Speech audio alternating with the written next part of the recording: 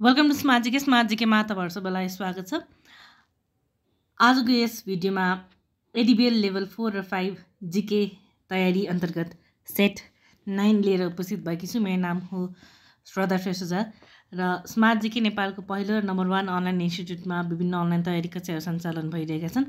लिन चाहनुहुन्छ भने यहाँ दिएको नम्बरमा सम्पर्क गर्नुहोला अथवा हाम्रो अफिसियल वेबसाइट www.smartgkonline.com भिजिट गर्न सक्नुहुनेछ अथवा हाम्रो एप स्मार्ट जीके डाउनलोड गरेर पनि क्लासेसहरू लिन सक्नुहुनेछ। अब लागौँ आजको प्रश्नोत्तरतर्फ, जसमा पहिलोमा रहेको छ गम्हरिया पोखरी कुन जिल्लामा अवस्थित छ। अप्सन्सहरू रहेको छ A Sarlahi, B Dhanusha, C Parsa, D Mahottari र यसको उत्तर रहेको छ पर्सा जिल्लामा अवस्थित पोखरी हो गम्हरिया पोखरी। दोस्रो प्रश्नमा रहेको छ लिम्बू भाषामा नेपालको अर्थ के हो। अप्सन्सहरू रहेको छ ए समतल भूमि, बी मध्यदेश, सी पुण्यभूमि, डी पर्वत फेदीको निवास र यसको उत्तर रहेको छ समतल भूमि। त्यसै तेस्रो प्रश्नमा रहेको छ सभामा रहने सदस्यमध्ये कति प्रतिशत सदस्य बालिग मताधिकारको आधारमा पहिलो हुने निर्वाचित हुने निर्वाचन प्रणाली बमोजिम निर्वाचित हुने व्यवस्था छ।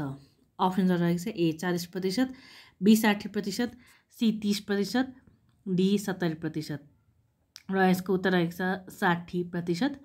त्यस्तै चौथो प्रश्नमा रहेको छ मूल पाठको दायाँ बायाँ बनेका वा मूल पाठलाई दायाँ बायाँ पारी कथावस्तुसँग मिल्ने गरी बनाइएका चित्रहरूलाई के भनिन्छ। अप्सन्सहरू रहेको छ ए पात्रचित्र, बी गाथा चित्र, सी ग्रन्थचित्र, डी प्रज्ञाचित्र र यसको उत्तर रहेको छ पात्रचित्र।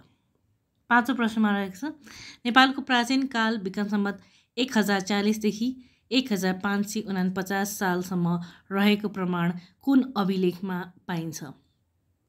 अप्सन्सहरू रहेको छ ए अशोक चल्लको दल्लु शिलालेख, बीमा रहेको छ दामुपालको अभिलेख, सीमा रहेको छ आदित्य मल्लको ताम्रपत्र, डीमा रहेको छ पुण्य मल्लको ताम्रपत्र र यसको उत्तर रहेको छ दामुपालको अभिलेख। छैटौँ प्रश्नमा रहेको छ कृष्ण केलिमालोकका लेखक को हुन्। अप्सन्सहरू रहेको छ ए कवि माथुर, बी सरसराम, सी रमाकान्त कापडी, डी नन्दपति र यसको उत्तर रहेको छ नन्दपति। मैथिल साहित्यिक कृति हो कृष्ण केलिमालोक र यसको सर्जक वा लेखक चाहिँ नन्दपति हुन्। सातौँ प्रश्नमा रहेको छ लिच्छवी कालमा प्रहरी प्रमुखलाई के भनिन्थ्यो। अप्सन्सहरू रहेको छ ए दण्डनायक, बी सर्वदण्डनायक, सी भट्ट, डी गोल्मिक र यसको उत्तर रहेको छ दण्डनायक। त्यसै आठौँ प्रश्नमा रहेको छ 15औँ योजनाको राष्ट्रिय रणनीति अन्तर्गत निम्नमध्ये कुन चाहिँ पर्दछ। अप्सन्सहरू रहेको छ ए तीव्र दिगो र रोजगारमूलक आर्थिक वृद्धि गर्ने, बीमा रहेको छ उत्पादन र उत्पादकत्व अभिवृद्धि गर्ने, सीमा रहेको छ सुलभ तथा गुणस्तरीय स्वास्थ्य सेवा र शिक्षाको सुनिश्चितता गर्ने, डी माथिका सबै र यसको उत्तर रहेको छ माथिका सबै। नौ प्रश्नमा रहेको छ पूर्वका राईहरूले मनाउने चाड निम्नमध्ये कुन चाहिँ हो। अप्सन्सहरू रहेको छ ए नौबङ्गी, बी पार्व, सी भदौरे चाड, डी दुम्जे र यसको उत्तर रहेको छ भदौरे चाड। भदौरे चाड चाहिँ पूर्वका राईहरूले मनाउने गर्दछन् र यो नौबङ्गी र पार्व चाहिँ धिमाल जातिले मनाउँछ भने दुम्जे पर्व चाहिँ शेर्पा जातिले मनाउने पर्व हो। 10औँ प्रश्नमा रहेको छ राष्ट्रिय जनगणना 2068 अनुसार नेपालको ग्रामीण क्षेत्रमा महिला साक्षर जनसङ्ख्या कति प्रतिशत रहेको छ। अप्सन्सहरू रहेको छ ए 53.83%, बीमा रहेको छ 43.83%, सीमा रहेको छ 37.36% र डीमा रहेको छ 31.36% र यसको उत्तर रहेको छ 53.83%। 11औँ प्रश्नमा रहेको छ रासायनिक रूपमा उत्पादित पहिलो भिटामिन कुन हो। अप्सन्सहरू रहेको छ ए भिटामिन ए, बीमा रहेको छ भिटामिन बी, सीमा रहेको छ भिटामिन सी, डीमा रहेको छ भिटामिन डी र यसको उत्तर रहेको छ भिटामिन सी चाहिँ रासायनिक रूपमा उत्पादित पहिलो भिटामिन हो। र तपाईँहरूले कमेन्ट बक्समा कमेन्ट गर्नुहोला यो पहिलो पटक रासायनिक रूपमा कहिले उत्पादित भएको थियो? भिटामिन सी कहिले उत्पादित भएको थियो रासायनिक रूपमा भनेर चाहिँ तपाईँहरूले कमेन्ट बक्समा कमेन्ट गर्नुहोला। अब लागौँ 12औं प्रश्नतर्फ। 12औं प्रश्नमा रहेको छ नेपालको पहिलो खेलकुद सङ्घ कुन हो? अप्सनमा रहेको छ ए नेपाल फुटबल सङ्घ, बीमा रहेको छ नेपाल क्रिकेट सङ्घ, सीमा रहेको छ नेपाल कराते सङ्घ, डीमा रहेको छ नेपाल ओलम्पिक सङ्घ र यसको उत्तर रहेको छ नेपाल क्रिकेट सङ्घ। 13औं प्रश्नमा रहेको छ सर्वनाम पुरस्कारको स्थापना कहिले गरिएको थियो?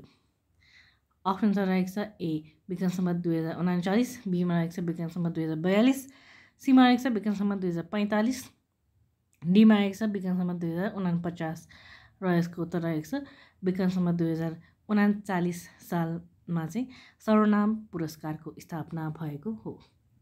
14औं प्रश्नमा रहेको छ संयुक्त राष्ट्र सङ्घको पहिलो बैठक कहिले बसेको थियो? अप्सनमा रहेको छ ए सन् 1946 जनवरी 6, बीमा रहेको छ सन् 1946 जनवरी 10, सीमा रहेको छ सन् 1946 जनवरी 15 र डीमा रहेको छ सन् 1946 जनवरी 26 र यसको उत्तर रहेको छ सन् 1946 जनवरी 10 तारिकका दिन संयुक्त राष्ट्र सङ्घको पहिलो बैठक बसेको थियो। 15औं प्रश्नमा रहेको छ सार्कको नीति निर्देशक अङ्ग कुन हो? अप्सनमा रहेको छ ए प्राविधिक समिति, बीमा रहेको छ स्थायी समिति, सीमा मन्त्री परिषद, डीमा सार्क सचिवालय र यसको उत्तर रहेको छ मन्त्री परिषद। 16औं प्रश्नमा रहेको छ एसियाली विकास ब्याङ्कमा हाल कति सदस्य राष्ट्रहरू छन्? अप्सनमा रहेको छ ए 49, बी 51, सी 68, डी 19 र यसको उत्तर रहेको छ 68। 17औं प्रश्नमा रहेको छ विश्व ब्याङ्कको प्रधान कार्यालय कहाँ अवस्थित छ? अप्सनमा रहेको छ A Washington DC, B New York, C Geneva, D Rome र यसको उत्तर रहेको छ वासिङटन डिसी। 18औं प्रश्नमा रहेको छ नेपालको संविधानको कुन धारामा राज्यका नीतिहरू उल्लेख गरिएको छ? अप्सनमा रहेको छ ए धारा 50, बी धारा 51, सी धारा 60, डी धारा 61 र यसको उत्तर रहेको छ धारा 51।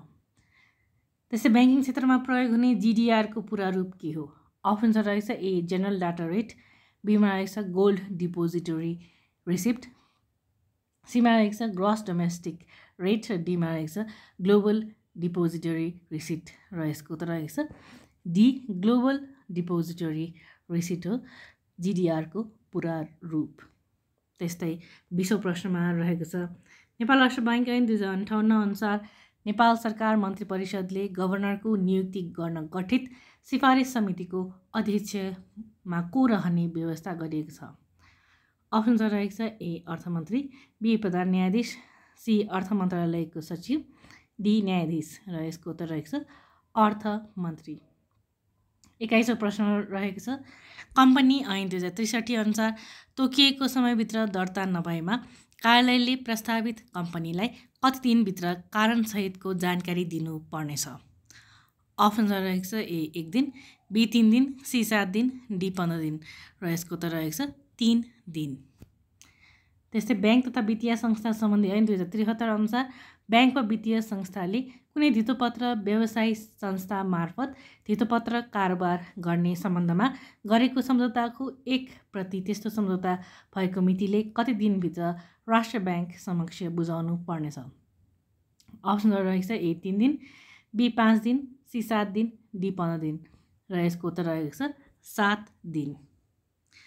त्यसै 23औं प्रश्नमा रहेको छ ब्याङ्किङ कसुर तथा सजाय ऐन 2064 को दफा 19 को उपदफा 2 बमोजिम थुनामा राख्ने अनुमति मागेमा मुद्दा हेर्ने अधिकारीले सम्बन्धित कागजातहरू हेरी अनुसन्धान तथा तहकिकात सन्तोषजनक रूपमा भयो वा नभएको विचार गरी सन्तोषजनक रूपमा अनुसन्धान तथा तहकिकात भइरहेको देखिएमा एकैपटक वा पटक पटक गरी एकपटकमा 7 दिनमा नबढ्ने गरी बढीमा कति दिनसम्म थुनामा राख्ने अनुमति दिन सक्नेछ? अप्सनमा रहेको छ ए 15 दिन, बी 28 दिन, सी 30 दिन र डी 60 दिन र यसको उत्तर रहेको छ 60 दिन। त्यसै 24औं प्रश्नमा रहेको छ सम्पत्ति शुद्धिकरण निवारण ऐन 2064 अनुसार निम्नमध्ये कुन कार्य गर्दा ग्राहकको सही रूपमा पहिचान तथा सोको सम्पुष्टि भरपर्दो स्रोतबाट प्राप्त कागजात तथ्याङ्क वा जानकारीका आधारमा गर्नुपर्नेछ। अप्सन रहेको छ ए व्यावसायिक सम्बन्ध स्थापना गर्दा, बीमा रहेको छ विदेश भ्रमणमा जाँदा, सीमा रहेको छ साधारण आर्थिक कारोबार गर्दा, डीमा रहेको छ नेपालभित्र यात्रा गर्दा र यसको उत्तर रहेको छ व्यावसायिक सम्बन्ध स्थापना गर्दा। र आजको अन्तिम प्रश्नमा रहेको छ कृषि विकास ब्याङ्क लिमिटेड कर्मचारी सेवा विनियमावली 2062 अनुसार पदपूर्ति समितिका सदस्य को रहने व्यवस्था गरिएको छ। अप्सन रहेको छ ए आयोगको प्रतिनिधि कम्तीमा राजपत्राङ्कित द्वितीय श्रेणी, बीमा रहेको छ आयोगको नभइकन यो बीमा चाहिँ अर्थ मन्त्रालयको प्रतिनिधि हुनुपर्ने थियो। यो टाइपिङ एरर भएको छ। बीमा रहेको छ अर्थ मन्त्रालयको प्रतिनिधि कम्तीमा राजपत्राङ्कित द्वितीय श्रेणी र सीमा रहेको छ समितिले तोकेको पदपूर्तिसँग सम्बन्धित मानव संसाधन विज्ञ र डीमा रहेको छ माथिका सबै र यसको त रहेको छ माथिका सबै। आयोगको प्रतिनिधि कम्तीमा राजपत्राङ्कित द्वितीय श्रेणी, त्यस्तै अर्थ मन्त्रालयको प्रतिनिधि कम्तीमा राजपत्राङ्कित द्वितीय श्रेणी र समितिले तोकेको पदपूर्तिसँग सम्बन्धित मानव संसाधन विज्ञ सबै चाहिँ सदस्य रहने व्यवस्था गरेको छ। यो चाहिँ कृषि विकास ब्याङ्क लिमिटेड कर्मचारी सेवा विनियमावली 2062 अनुसार पदपूर्ति समितिको सदस्य रहने व्यवस्था गरिएको छ। हस्तै यही प्रश्न साथै आजको भिडियो यहीँ टुङ्ग्याउन चाहन्छु। जाँदै स्मार्ट जिके नेपालको पहिलो नम्बर 1 अनलाइन इन्स्टिट्युटमा विभिन्न अनलाइन तयारी कक्षाहरू सञ्चालन भइरहेका छन्। लिन चाहनुहुन्छ भने कल गर्नुहोला अथवा हाम्रो अफिसियल वेबसाइट भिजिट गर्न सक्नुहुनेछ अथवा हाम्रो एप डाउनलोड गरेर पनि क्लासेस लिन सक्नुहुनेछ। र यदि हाम्रो भिडियोहरू मन परिरहेको छ भने लाइक, सब्सक्राइब, कमेन्ट, सजेस्ट र सेयर गर्दै गर्नुहोला। धन्यवाद।